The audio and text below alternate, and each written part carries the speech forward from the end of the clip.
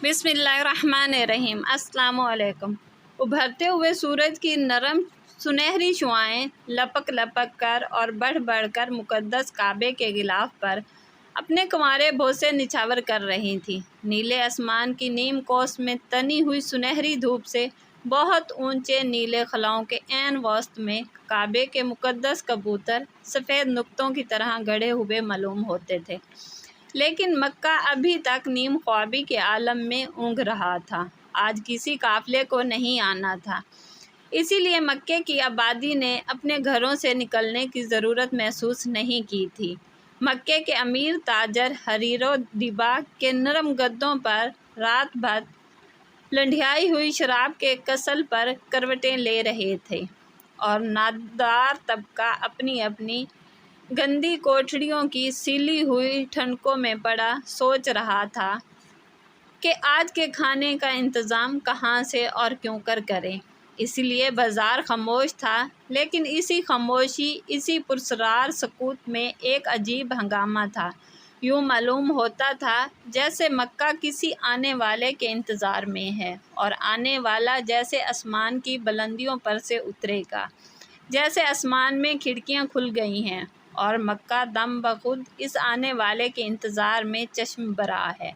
अभी इनकी असीर बुलंदियों में खुली हुई खिड़कियों में कोई ज़ाहिर होगा और अपने रास्ते में फैली हुई धूप की सुनहरी बनात पर बावकार कदमों से चलता हुआ मक्के में उतर आएगा, और जब इसके कदम मक्के की रेत को नवाजेंगे तो सारा मक्का खुश आमदीद के नारों से गूंज उठेगा। और ये अजीब खामोशी, ये पुरस्रार सकूत, ये उम्मीद भरा सन्नाटा एकदम फलकगीर शोर इस्तकबाल में डूब जाएगा। और इस पुरस्रार सन्नाटे से हटकर हरम मुक़द्दस की पाक सरजमीन के अंदर, जहाँ 365 खुदा इधर उधर बिखरे पड़े थे, उभरते हुए सूरज की कुंवारी शुआओं में नहाते हुए इब्राहीम के घर के बिल्कुल करीब पुरजोश हुसीली आवाज़ें सुनाई दे रही थीं। फ़िज़ा इन आवाज़ों से गूंज रही थी, काबे के खुदा, तूने मेरे अब्दुल्ला को मुझसे छीन लिया। मेरे अब्दुल्ला को मैं तुझसे इसकी निशानी मांग रहा हूँ। काबे के देवता, अगर तुम सिर्फ पत्थर नहीं हो तो मेरे अब्दुल्ला की निशानी मुझे दो। मैंने तुम्हारी खिदमत में जवानी को बुढ़ापे में बदल दिया। मैं इसका इनाम चाहता हूँ। अरब के देवताओं, मेरा इनाम दो, मेरे अब्दुल्ला की निशानी दो, मुझे दो। वो अब्दुल मुत्तलिब काबे की ओर से निकले और काबे के इर्द गिर्द तवाफ़ करने लगे। वो सरतापा बरहना थे, इनके कपड़े एक तरफ पड़े थे और वो तेज़ी से काबे के इर्द गिर्द तवाफ़ कर रहे थे। इनके चेहरे से यूँ मालूम होता था कि वो दुआ नहीं, काबे के देवताओं से अपना हक़ मांग रहे हैं। सरदार कुरैश इसी तरह अपने हक़ का मुतालबा करते थे।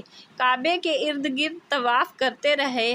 उनकी आंखें शबे बेदारी की वजह से सुर्ख हो गई थीं। जिस्म के रोंगटे सुबह की गैर मानूस सर्दी की वजह से खड़े हो गए थे।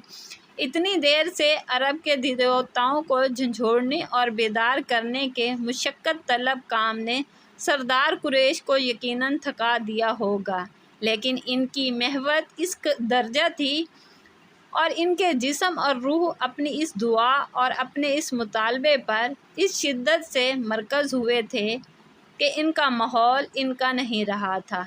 यूँ महसूस होता था कि इनका जिस्म पिघल कर इस मुतालबे में ढल गया है, और जब तक ये मुतालबा पूरा नहीं होता, जिस्म की किसी फितरी ज़रूरत का एहसास इन्हें नहीं हो सकता।